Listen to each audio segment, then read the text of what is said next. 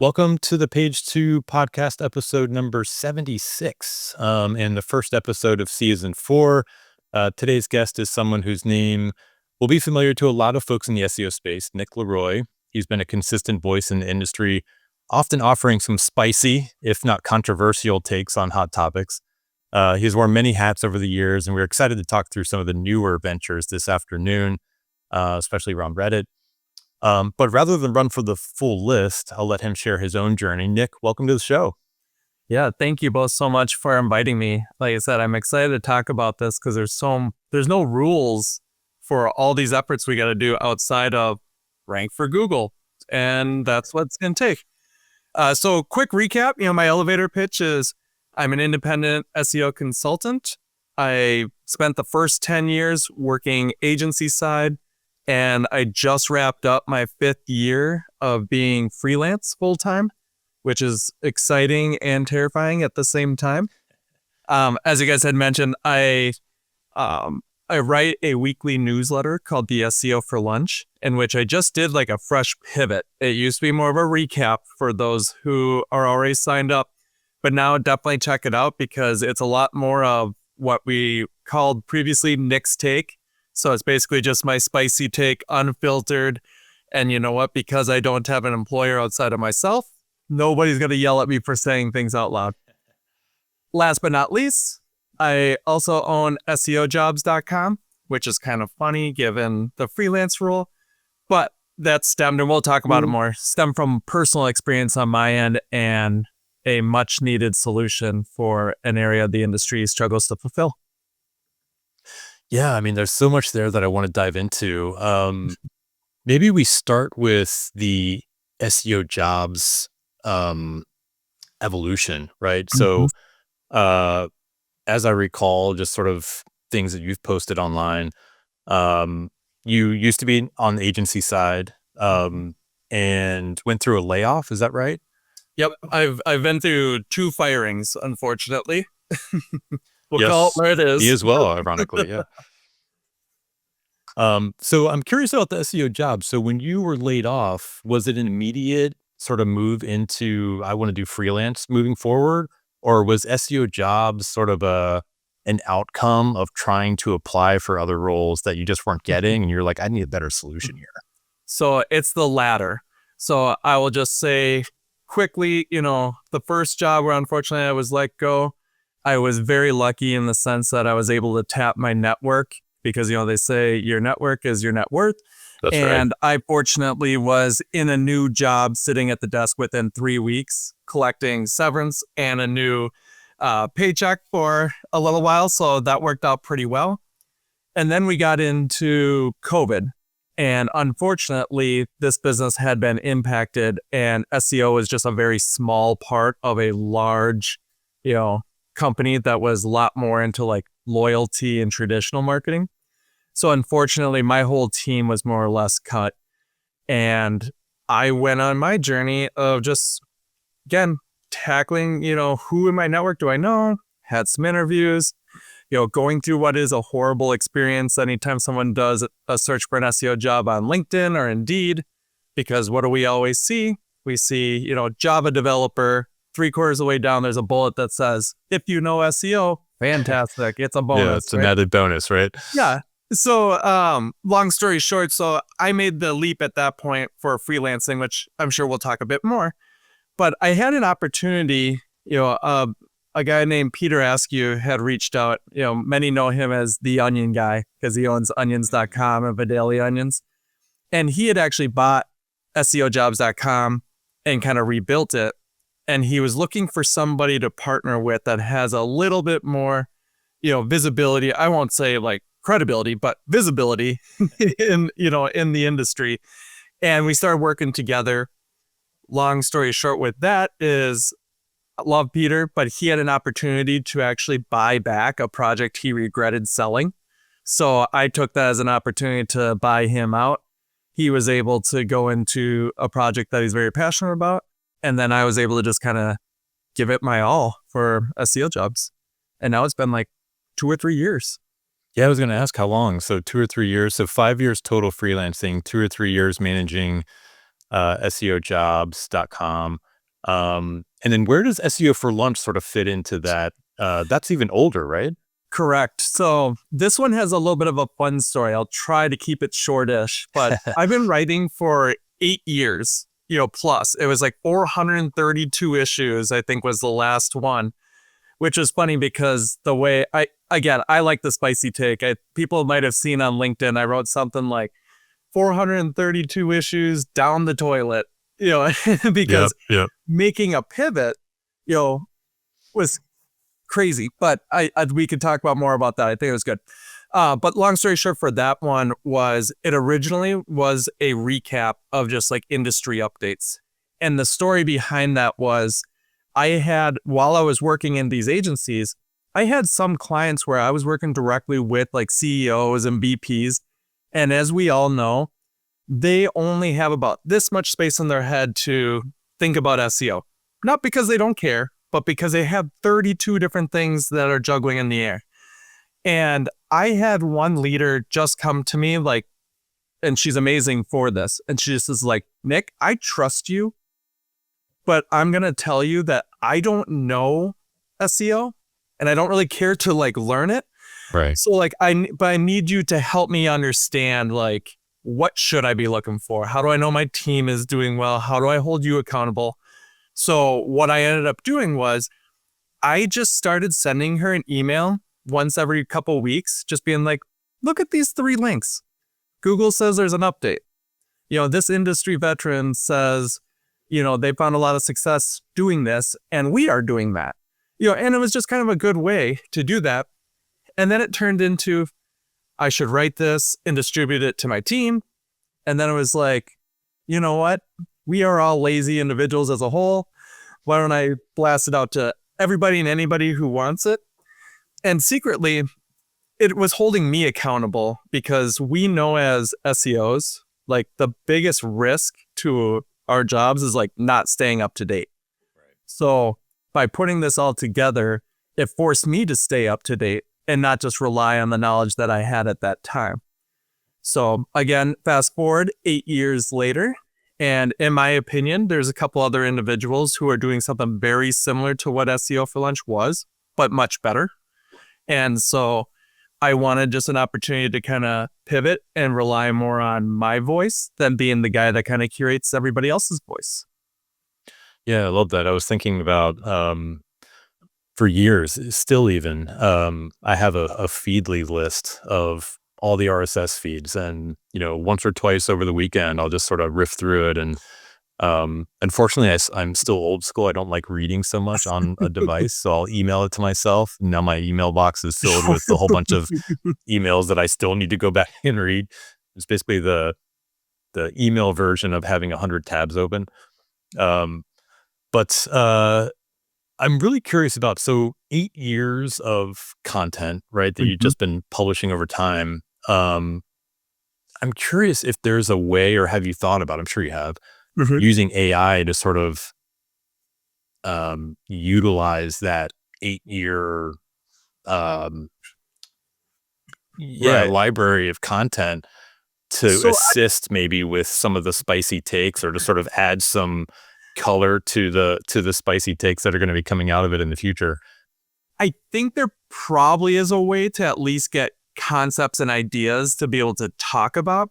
But again, the biggest problem with being a curated newsletter is none of this is your original writing or thinking. Got it. Yep. And it was so timely. I had to make sure that I was writing it the day before, because I look silly if there's a Google algorithm update that was announced 2 days ago and it's not in that email. Right. So that's one of the benefits that I'm looking forward to with this new format is I have 6 articles as drafts right now, and they're not finished.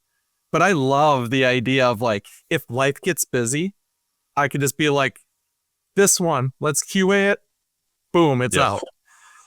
Yeah, I was going to ask about that too. So I've been trying to ramp up my sharing on LinkedIn. It's something I've,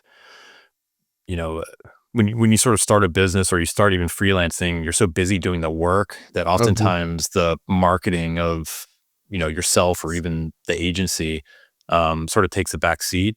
And Joe and I really sort of thought more strategically around like being more visible, sharing the successes that we're having.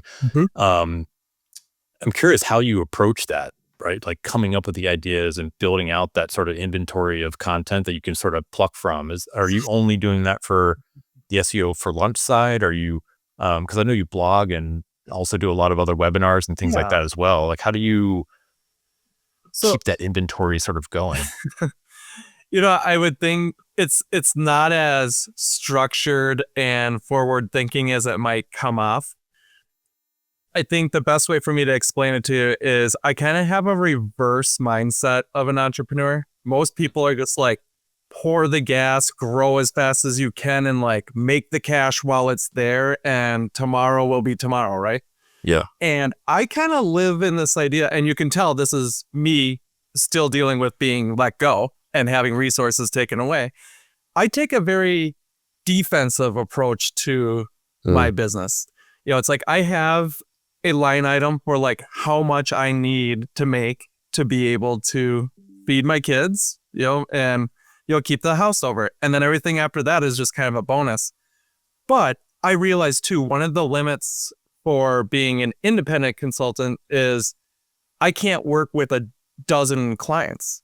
So while I'm very intentional in making sure that each of my engagements are fairly weighted the same from like a revenue perspective, I'm always thinking about it only takes me losing or gaining 2 clients to completely make or break the year. Interesting. And that goes into answering your questions. So what I have done is just kind of baked my presence online into the daily routine. And I think that's one of the biggest mistakes that people make, whether they're going on their own, building a agency, is they're only involved online when they want something. And it's super obvious. We've all seen that. It's like all of a sudden this person that you remember talking to 2 years ago, and they're posting on LinkedIn. It's like, okay, they're looking for a new role. Cool for you, but like it's very clear. Yeah. So again, with all of that, I'm a big fan of add value, do favors with kind of nothing in return, knowing that 8 out of 10 times it does come back full circle. Yeah, I think, it's really interesting. The SEO industry for so long, I felt like was very closed. Like as soon as someone finds something that works, it's like, I'm going to hug this as tight as I can and, exploit it, if you will, until, milk it. it gets banned or whatever. Now I feel like the mantra is very different, right? It's sort of like oversharing. And you'll sort of reap the benefits of that rather than sort of keeping these things close to the vest, which is great for the industry. And I think it's evolving so quickly. Even things that are being shared are almost outdated just because of technology, AI, et cetera. Yeah. And the reality too is, sorry guys, I must be getting a package up so you can hear my dog barking. The reality is, I did a fair amount of affiliate marketing earlier in my career. And it was amazing. I was very vocal back then about, anyone who says buying links doesn't work is just like a puppet for Google. And, but the reality is like fast forward 15 years, here we are in 2025. It's not that you can't manipulate Google. We still see it all the time. Right. But it arguably takes more effort to manipulate Google than it does to actually create a valuable product or service and then be rewarded by Google with visibility. And I'll put the big asterisk because now we're putting AI overviews on everything, which is stealing our visibility. But I do feel strongly about that. I love the double click into the link building side of things. I feel like it's been a consistent topic, but I feel like the conversation has sort of waned on link building maybe over the last like 2 years. And now, we're starting to think through like how to influence LLM results and, being included in your competitive set in these listicles and things like that. And we're sort of reverting back to, in some cases, like old school link development. Love to hear your thoughts on, how or if you're seeing kind of a renaissance around link building, if that makes sense, or sort of how you're thinking about link building in today's world. So I'm glad you brought it up. I do have a very spicy take on link building. I think a lot of people claimed it's not necessary. It's a low ranking factor. And the reason they do that is not because they necessarily believe it. They convince themselves of that because it's not scalable, it's not cheap, and it's not quick. So anybody who is business minded sees it as an incredibly negative ROI with no way to be able to say, hiring people even at the junior level to spam the internet until I get a bunch of links. And then it may or may not correlate with increase in visibility. But by the way, we're jamming out new content. We're building out the brand. Like, nobody likes it for that aspect. And that is why Google relies on it as one of its signals. But I think where I'm at now is I'm talking a lot to brands about leveraging not only PR, but one unlock has just been even like their affiliate, relationships. Because as these LLMs and AI bots are crawling the internet, we have to remember they're kind of the equivalent of like the 2005 Google bot. That's right. So they're not differentiating at this point. When they mention, Nick's black hat, it doesn't matter if it's an affiliate link, a direct link, or a citation. What those bots are seeing is New York Times is writing about it in their best, place to buy a black hat.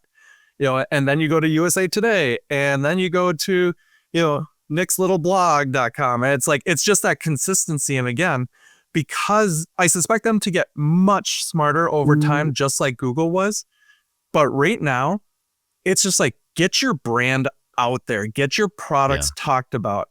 And I think that the biggest hack to that is, paying for links, paying for advertising, doing an affiliate, offering.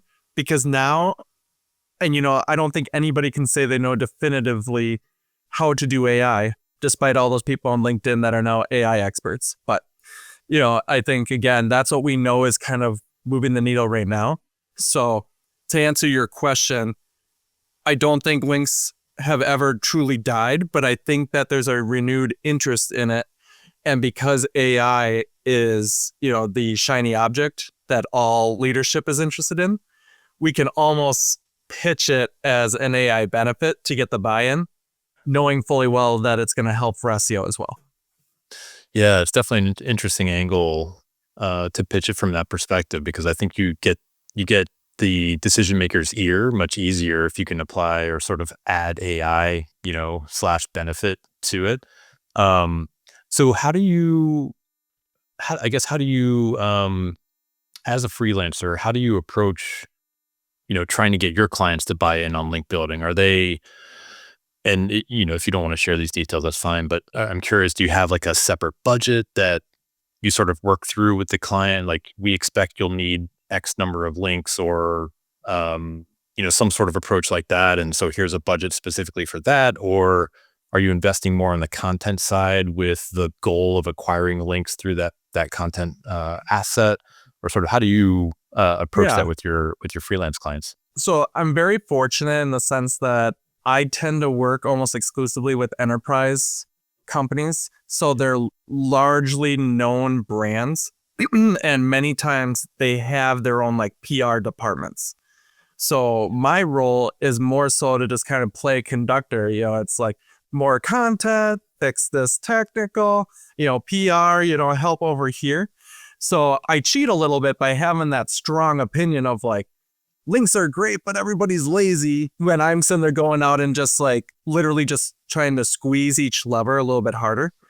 But what I will say is, and I think this is what a lot of SEOs are going to learn this year in 2025 and beyond, is SEO, willingly or unwillingly, has always been siloed, or you can kind of put on your own island. It's like kind of go do your voodoo magic, and whatever we get is free traffic.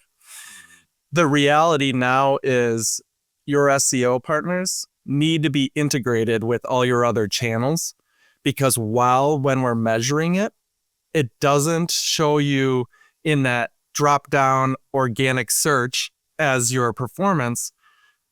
But we understand that PR, they're already screaming and providing value for the brand. Let's make sure that they are linking. And most of them know to have links. Most of them don't think as far as let's link deeper into the site. They might just do, the homepage. Or one example that I'd done is one of my clients, I had them build like profile pages for all of their like C-suite, because they often get interviewed on their sites. And then these people don't always want to link to a commercial page, which makes sense. Oh, sure. But I can get them to, I can have their PR person say, when you reference our CEO, can you link to their profile page? Because what that is it's an alternative to linking to like their LinkedIn profile. So that's just an example of like where link building is incorporated. I tend to try to just squeeze a little bit extra juice out of whatever is there, because I'm a big believer that there isn't any 1 or 2 links you can get that helps you win. It's just like consistent, scalable best practices. Yeah. I'm a big 80-20 model person. Yeah, I love that. I think one thing that we've found working with PR companies is that boilerplate that sort of lives at the bottom of the press release is often like years old, and it's gone through numerous rounds of iteration and legal review before it's approved. And so what we focused on is coming up with a couple of different variants of that boilerplate, all of which use different anchor text, link to different deep areas of the site, and then sort of rotating those, right? So maybe it's once a quarter, option 3 gets plugged in there. And so at least you're not always linking to the naked URL or, the version without the HTTPS, which is so common. So at least we can sort of manage for how those links are being applied, which, is a small win, but we'll take it. Absolutely. And here's one hot take, and this is a sword that I will die on, and people get really upset about it. So here's your snippet for, getting people to watch this whole episode. But SEO, historically, you used to be able to build a business on the back of SEO. And then once you get all the visibility and traffic, you could kind of then be like, oh, now we're going to put the effort into the business and make it worthwhile for people to convert. Think about, you cannot have a nerd wallet anymore today. If we go live with 1 million pieces of content, even if it's your best content in the world, you can't build off of the back of SEO. And now, like I said, it seems like a very small detail, but SEO can't create a business, but a business with really flipping good products and services results in good SEO. All that being said, is historically we could get clients. The hot take really is, and this is just me just saying out loud, is SEO used to be the towel that we could polish the turd with to turn it into a piece of gold. And that's not the case anymore. There is no amount of SEO to make a bad product, bad service, a unreputable or a hated brand like do well. I mean, that is definitely a spicy take. I'm curious, like, what do you think happens to sites like NerdWallet and some of these others that have gone public on the backs of, primarily content, right? Do you think they slowly die over time, or? Not for the reasons that we are talking about. I think there's other things that are of concern, but I tend to kind of believe that, here's another, I'm going to just throw it out there. I'm going to put myself on the chopping block, but I personally kind of believe that there's almost like a legacy index. So it's like if you built your site kind of in the heyday, and then you have authority and you have, the right clicks going in and out, with that nav boost, then you kind of just get to stay. And the best example I can give you is I worked with a job site once and we created millions of pages. All the category permutations with the logo or with the states and cities and all that fun stuff. Basically what Indeed and ZipRecruiter and LinkedIn do. Those guys all show up on page 1. I could not get like more than 20% of this client's pages to even get indexed. Huh. And now, grant, this was pre like AI days where you could probably stuff a bunch of content. But basically what I'm trying to say is if you kind of pass the quality threshold, backdated maybe like 5 years, I think Google tends to give you that benefit of the doubt. But the quality threshold, the threshold in which you pass and get indexed, is so much higher today than it ever was in the past. So I don't think the NerdWallets, the Wayfairs, and some of these amazing businesses that really were built off of SEO, I don't think they're in danger of Google just being like, oh, you're now de-indexed. I think the bigger issue is just continuing to be reliant on organic search to run your business. And I think both of them are doing better jobs of finding other sources. So don't let quantity get in front of quality. It seems like we're always having that tug of war with speed and output, but it feels like, I mean, you talk about it for link building. You could also talk about it for content development too. Try to always stay with quality first, building quantity over time. 100%, because the reality is, and I even hate to admit this, is SEO is now a vehicle to capture brand demand. So I would much rather people spend more time and, again, building out those services or products, whatever you're doing to add value and make your money, double down there and not have 10 articles about, why your cat sleeps in a, small bed, so you should buy my mattress. And, I mean, I'm being facetious, but we all know what we're talking. And I'm guilty of it too. Like, I come on these shows and I say stuff like this, but I have been the one that's like, here's 100 topics that we need to cover. And it's more of a balance. I'm not saying don't do it, but the best analogy going back to it's like, you cannot use SEO as this cloth to turn a turd into gold anymore. You could in the past, but now it's not either or it's both. And that is why I believe one of the biggest things going into like 2026, the ethical people that, have morals are going to tell some leads and prospects that SEO is not a good fit for them. And that's something that our industry does a really bad job of. Yeah. We sign anybody who is willing to pay. And the cruel reality is, and I'm sure you guys have talked to these people, it's like, there are companies that should not invest in SEO either at all or yet. And one red flag I will give you, some of us have probably heard this before. I've had leadership come to me and say, if I don't turn the ship around in 6 months, this business is going under. And the first thing that I say to them is like, SEO isn't your solution. And it's not because I don't want to, help you or because, I don't believe in your business. It's just like, that's not how SEO works. Right. You'd be much better off with your Hail Mary on your paid search or paid social, something where you can validate the success almost instantly. I was just reading an article. I can't remember who wrote it. I'll find it and put it in the show notes, but it was almost taking the concept of product market fit with sort of like SEO demand fit. Like there isn't always going to be SEO demand for every industry or every product. And so I think you're hitting the nail on the head from the perspective of, the ethical SEOs that are out there will be the ones who are saying, listen, potential client, this is probably not a good fit for you. There isn't that product market or that SEO market fit in 2026 with how things are evolving. So yeah, I think that's really interesting. So if SEO wouldn't be a fit and they needed something in 6 months, would it be like a paid media approach or something like that? Or I would think so. I mean, again, my specialty is in SEO, and I'm very intentional, have a network of people that I can send them to for the other ones. But the first thing that I always do is I send them to somebody who's, skilled in the SEO, in the paid arena. Again, it's just that idea of you need fairly quick validation that your product or service, or however you're making your revenue, is indeed valued by people.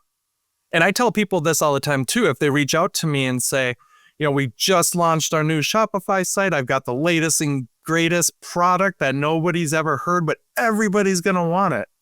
And I'm like, have you run any paid against it? They're like, nope, because this is going to be the next thing. And then they're like, oh, but by the way, I'm paying all the bills out of my personal savings account, so I need this to explode. And which then I just basically say, again, It's not that SEO is not important. I think everybody should have their web presence optimized. However, the worst thing that you can do for your business is invest in SEO before your product or service is like validated. And one thing that I feel like people should hopefully be taking this is realize how we're talking about SEO, but we're actually talking a lot more about building a business. Because it goes back to what I'm saying. You have to build a business, have a world-class product or service, and then SEO is the result. It's no longer build this website on your exact match domain, wait for the traffic to come in, but realize it's not converting. So now we're going to build a real service or product, and then we're all happy. Low risk, exceptionally high reward, not a thing anymore. At least with That's SEO. right. That's right. I'm curious to get your take to circle back on your comment around SEO being sort of like a brand channel. I think there's been a lot of Mike King, for one, sort of very vocal around his thoughts on that application. There's certainly folks on the other side who are saying, well, maybe not so much. I'm curious how you guys think about or how you think about SEO as more of a brand play versus maybe performance like it was in the past. Yeah, I think we're kind of splitting hairs and trying to come up with like new labels for what we have already done or should have done. Right. Because I don't think the answer is one end or the other. This isn't billboard marketing where it's like a flat cost, you get what you get, and you look at it as a sunk cost, you don't know. But we also know attribution is so off and goofy, let alone the fact that it never gives the benefit of the doubt to a free channel. Things are messed up. So my non-answer to your question is basically, I think SEO is a good channel for capturing demand, but it is not a channel to build demand. So if you're building demand and you sell sponges, and now you also rank for sponges, like as that demand for sponges go up, it's like then SEO can help you capture it. Think about like the Scrub Daddy is what I'm thinking in the back of my head.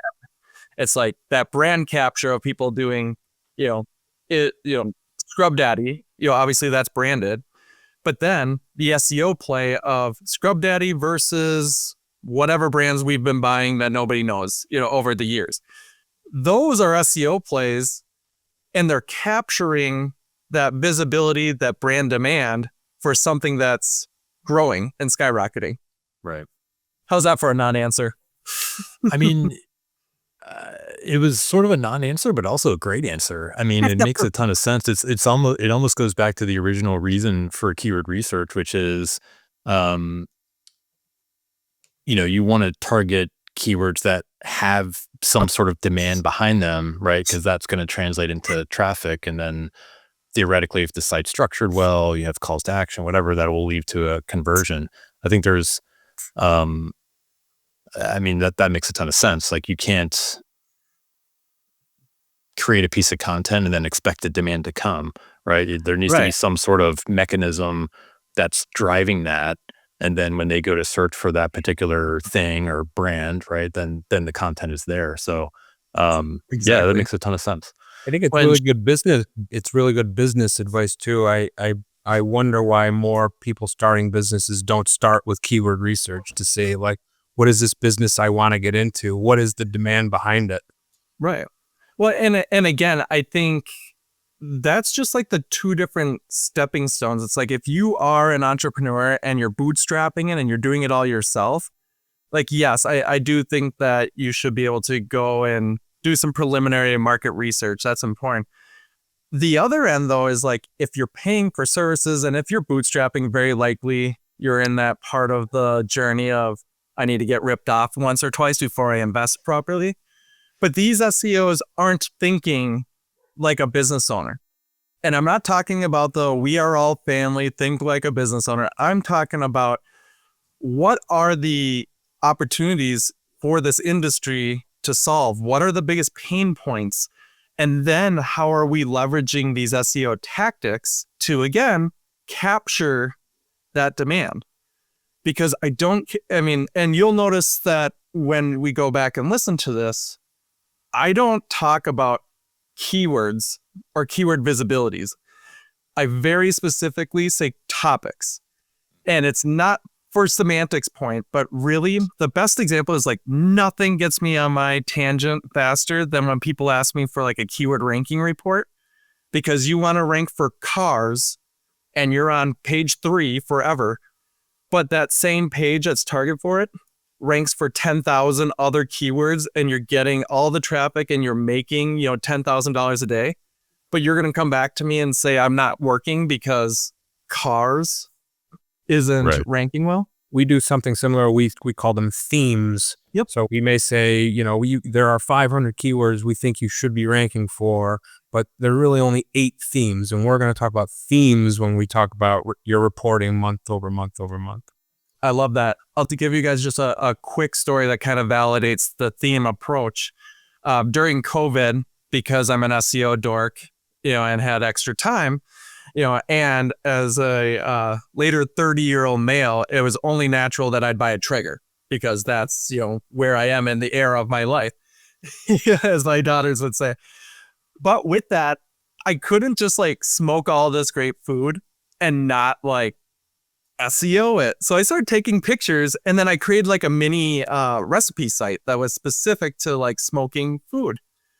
But the part that drives everybody nuts is I love like SEMrush. Like I'm an ambassador for them, but I didn't do a lick of keywords research. You know what I did? I went to the store. I picked up the meat that I thought was interesting and I wanted to pay for. And whatever it was labeled as, that's what my title tag was. So it was bottom roasts smoked by Traeger. It was like, I just used that type of logic because yes, a bottom round roast could be called that. It could be 3 other things. But guess what? When you guys or your families are looking for what to eat and you're rummaging through the freezer and then you're like, I got this chunk of meat. Do you Google, how do I cook this chunk of meat? Or do you go, oh, it's a sirloin. And now you're saying like sirloin recipe ideas. So again, that in my opinion is one of the biggest gaps in our industry is people aren't thinking critically. They're going to SEMrush, they're typing in smoker, exporting, 20 keywords, and then saying, we need to write 20 pieces of content for each of these keywords. Like, screw that. Yeah. Instead of thinking about what's getting cooked on the smoker and then, like more consumer applicable, scenarios, right? Like someone's, to your point, is going to be much more specific around what they're looking for than just generic smoker type terms, which would also be a lot more competitive to rank for anyway. Exactly. It's amazing. I bought I remember a Dungeness crab and I was like, can you smoke a crab? Like, why the heck not try? It's COVID. I got nothing else to do.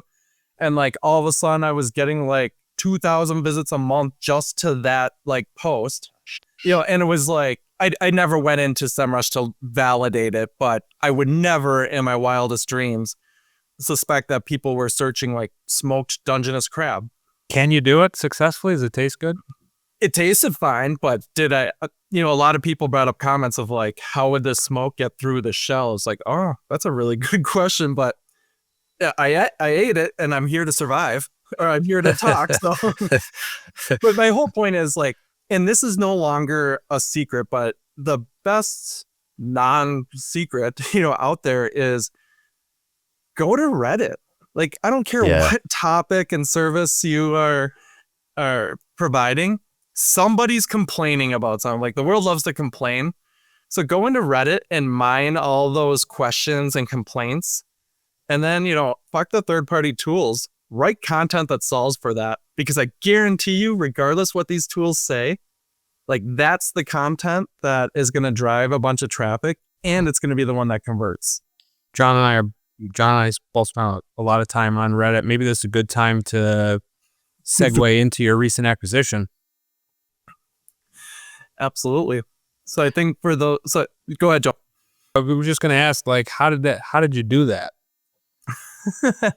So I would say, I think I used the word acquisition very intentionally to get people's opinions. So yes, I did acquire it. Like, and for anyone who's not familiar, obviously I run SEOJobs.com, but the SEO in me knows fairly, not fairly, we don't care. Like, Google ranks Reddit for everything.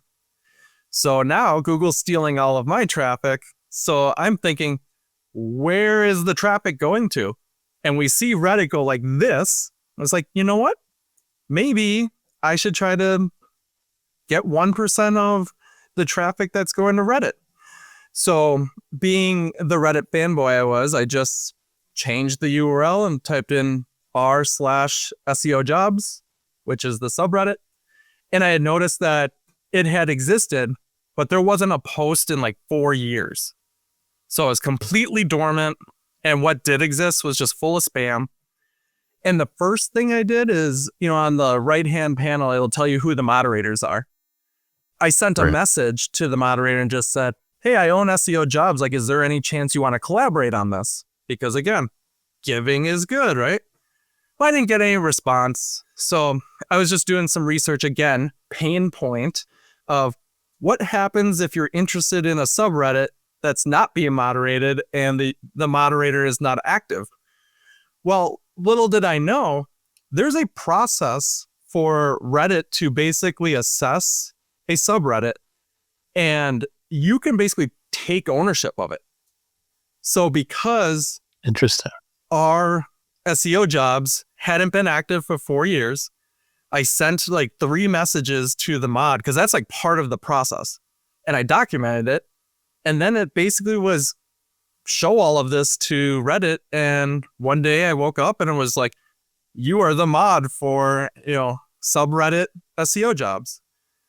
So it wasn't $1 million purchase like we were thinking behind the scenes. No, like I said, you all know I love my salacious headlines, but I did acquire it, just not in the sexy way that everyone thinks. But I do think that that's an opportunity. I do think that there's, again, SEOs, like, we need to think outside of Google. And this is just a good example, and I think we're going to get to the point where there's already a lot of like affiliate arbitrage with Reddit, but those are communities, those are people, and that's where you want to be. So, I mean, I think there's an argument to be made that Reddit is, I think it's technically classified as like a social platform, but I think just because of its visibility, there's an argument to be made. It is an organic channel, right? It takes up organic, positions in a search result, drives a ton of traffic. It's technically, I guess, referral traffic at that point, but can be, very lucrative, as you mentioned, from the affiliate side. Easier maybe to manipulate, right? Buying votes and whatnot, but I think there's always the long-term approach and there's always the short-term approach. Yeah. They both can get you to the same point. It's just, is one long-lasting or not? So this whole thing is so fascinating to me. So in fact, I was so inspired, I started the Page 2 podcast Reddit channel. I have no idea if anyone will even join it, but I was like, even if I use it for testing at some point in the future, like, I should just do this. It should be like your social media handles now. It's like, take your business and it's like you get your Twitter, your Facebook, your Instagram, and your subreddit. Make sure you're active so people like me don't go in and steal it from you, but Exactly. But I'm curious, like, how long was the process of like submitting your documentation to, and I'm sure this will vary, right? But I'm just curious, like, what that timeline would even look like. So it's a really hard question because I identified that it existed.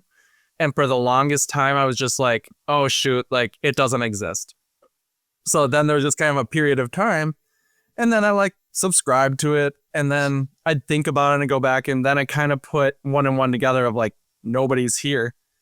So if we include the time of maybe like a week or two in between messaging the moderator, and then when I got access to it, maybe 2 months, like it really wasn't too long. I will say, I don't know this for sure, but it's an asterisk on this, is I did go all in. So I am a more casual, where they call it, like when you just read all the comments, but you don't participate. Like a lurker, not necessarily. Yes, a lurker. Yeah. Thank you. But my profile is like 20 years old.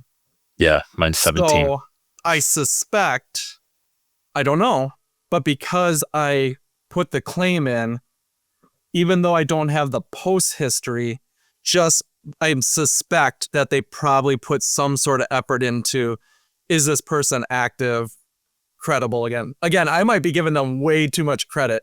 And there's a lot of people that are telling me that like I screwed up bad, because if they ever take down or say I'm spamming Reddit, like it's going to kill my, username that's been tied. But the good news is because I'm a lurker, I guess I can just create a new one.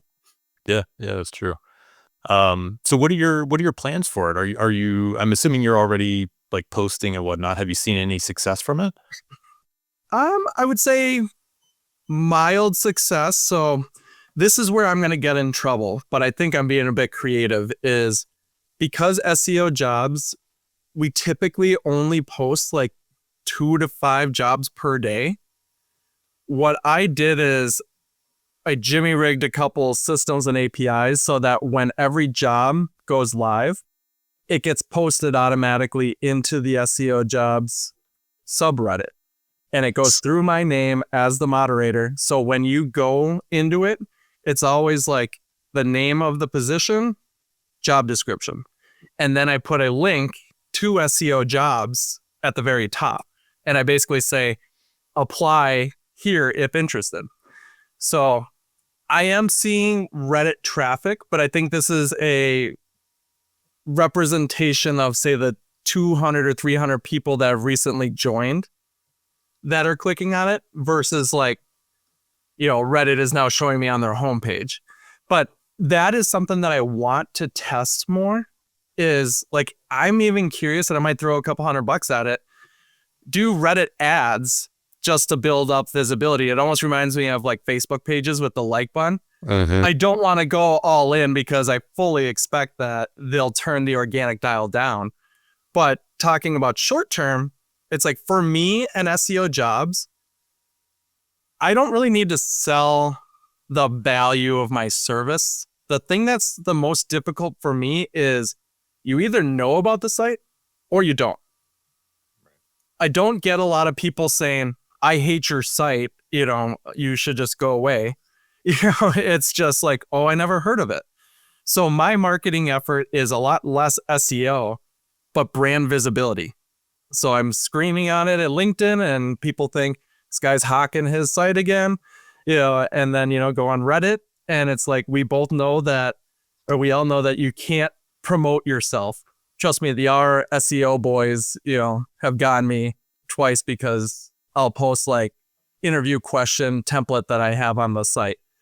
I have a mock interview simulator actually. Okay. And there was a post on like our big SEO that was literally like, going into an interview tomorrow, what should I be prepared for? And I wrote, focus more on being creative and explaining how you do it versus being able to answer a question. And then I said, however, if you truly want to memorize questions and answers, why don't you try out this, mock interview? Oh, I got a nasty gram and DMs and, it's like eliminated originally. But either way, I'm going on and on there. But I just think it's an opportunity again of, we know Google's taking back some of the traffic. We can whine and cry on social media as much as we want. It's not going to change anything. So I think the responsible thing for us to do for our projects and our clients is to figure out, where are your users going to? And I was just on a podcast a couple days ago where I mentioned this. I think where it becomes really hard is agencies and even myself, we write up the scope. And then our work is basically tied to Google and then like measured by the success of organic channel. Right. And I think the reality is like we have to start having more open scopes and flexible, because again, we talked about partnering with PR. We talked about, partnering with social media. These are all things that we talk about for distribution. But when you're a service provider, we all know that scope creep is like the biggest like risk to providing a service. But I think we need to get creative. And I think that's the direction SEO is going to. I'm calling it non-paid marketing is how I'm referring to it to my clients. But that is how I'm getting around the fact that all of my clients, their editorial content is down 30%, just like everybody else's. So what I'm doing is let's better define what it is that I'm trying to do. I'm your SEO guy, but what if we call this like organic marketing or non-paid marketing? And then at that point, I think we can treat it like paid search, where we're running campaigns.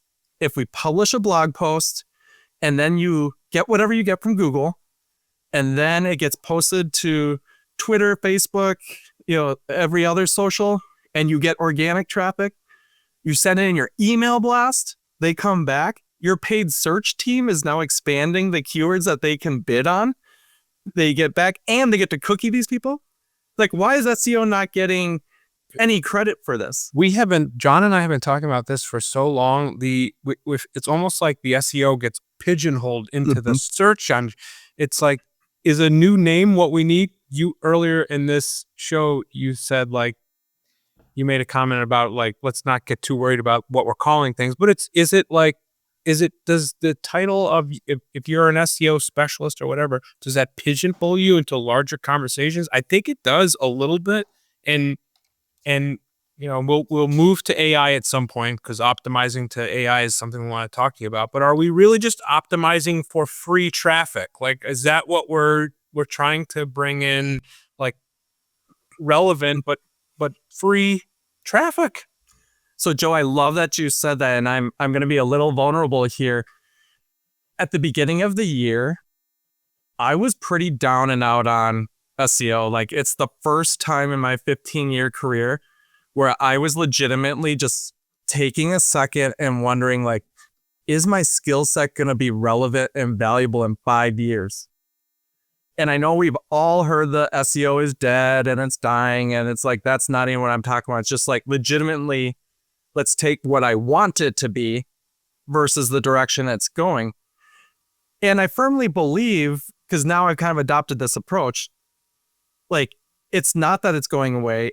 It is a constant evolution, but I've been iterating many, many, many times on this one and many other podcasts that SEO will die if we are only measuring it exclusively from the organic channel. And just to be clear, sorry, when I say organic search channel, I keep thinking in my head, default channel, drop down organic. I think we need to do a better job of understanding all these great efforts that we're doing. And I always, for the longest time, referred to it as the halo effect. And I know we all talk about it. It's this unquantifiable, halo effect. And we need to do a better job. And again, the post will be live before this goes live, but that is the SEO for lunch that I'm writing today, is that attribution screws SEOs, but that shouldn't stop us from guessing, getting directional information, because you know what CEOs don't act on and they don't invest? Trust me, bro. Because they don't care about that. Because our paid media friends are coming back and they're saying, you already spent $1 million, but I'm giving you 4-to-1 return, and I think we can scale to 5 million. And the CEO goes, where can I take this money? Oh, you're investing $500,000 in SEO for, trust me, bro, halo effect? This is best practices. I'm an SEO, but I'd be the first one as a business owner. Again, we go back to that. Boop. Because what do they say? Like, CMOs or CEOs, like, they have like an average lifespan at a job, like 2 years. Yeah, exactly. SEO is not the channel that they're going to back because it takes that long. So again, there is what is right and where you should invest long term. But then there's politics and the economy, and nobody, to my knowledge, has figured out the infinite money glitch. Let me know if you have. So sorry, I don't know where I was going with this, but We can go a lot of different ways. yeah, I just think it goes back to what you guys were saying though. I think we need to have a better idea of just what is the impact of the work that we're doing. And historically, we all did a really good job of justifying it from one channel exclusively. And I think we need to go back, and it's not necessarily a rob Peter to pay Paul, because that's what a lot of this is. But let paid search continue to have the victory, but quantify the assist. Yeah, that's probably the best thing. It's like, we hear about the assist, metric in, various sports. We don't talk about assists in marketing. Yeah, that's right. It goes back to the common problem with the silos, right? And there's so many opportunities to combine those things together into a more holistic strategy that lists everything, right? You're sort of having those two things work together.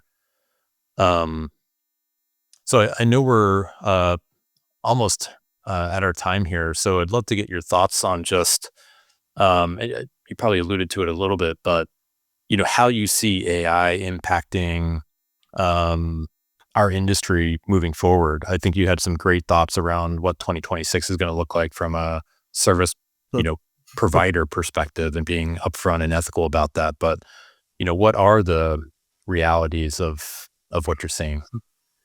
All right, some more spicy takes here, because there's kind of two ends of it. There's the SEO in me that wants to think that AI overviews are going to shut down because they're not valuable.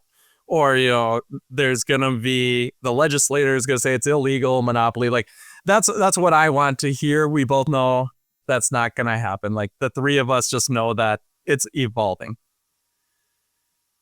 What I do think, and a lot of people don't like hearing this, because as we know, people are being let go left and right across like the whole tech sector. But my spicy take here, and I mean this more than anything, unfortunately, is the barrier to entry into SEO specifically has always been incredibly low. You don't need a degree. You don't need like a fancy computer. You don't need to code. Like you need an internet connection, a computer, and like the ability to sell at some level. And what that has always done in our industry is divide those that can provide good services and positive returns on the investment versus those that I'm calling the get rich quick Bitcoin bros. And I think as a result, historically, having a really good SOP and then hiring like cheap labor or cheaper labor was a really good way to make $1 million in revenue. Like, I don't want to say it's not hard, because that completely discounts people's work, but it's not hard. I think the reality is now a lot of those SOPs were what I refer to as checkbox SEO. We're doing our on-page optimizations. You get your 4 blog posts. And if you are a physical presence, we do your local SEO. And that, between all of those checkbox items, used to provide enough value to justify a $1,000 retainer, $2,000 maybe, but now it's not. And what's going to happen, and this is the spicy part that I truly believe in, I think we are going to all be held accountable. So these individuals who aren't passionate and understand and keeping up to date with the industry aren't going to be able to pivot into the strategies that it takes to succeed. Companies are going to leave them for that reason. And these individuals that the whole point they're into SEO was to make quick money, they're going to leave the industry. And I am telling a lot of people that I think 2025 is the year to kind of like buckle up and survive. Do the best work you can for the contracts that you have, because new work is hard to get right now. But if we can thin out this this industry a little bit by getting those people that were masking their value add or just charging such a small amount that, people weren't looking at it. If we can get a chunk of those to leave in 2026, I think that that is kind of like the cream that floats to the top. are going to be able to thrive even more into the future. In Yeah, conjunction with everything else we said. It's not about the checkbox all of a sudden working in 2026.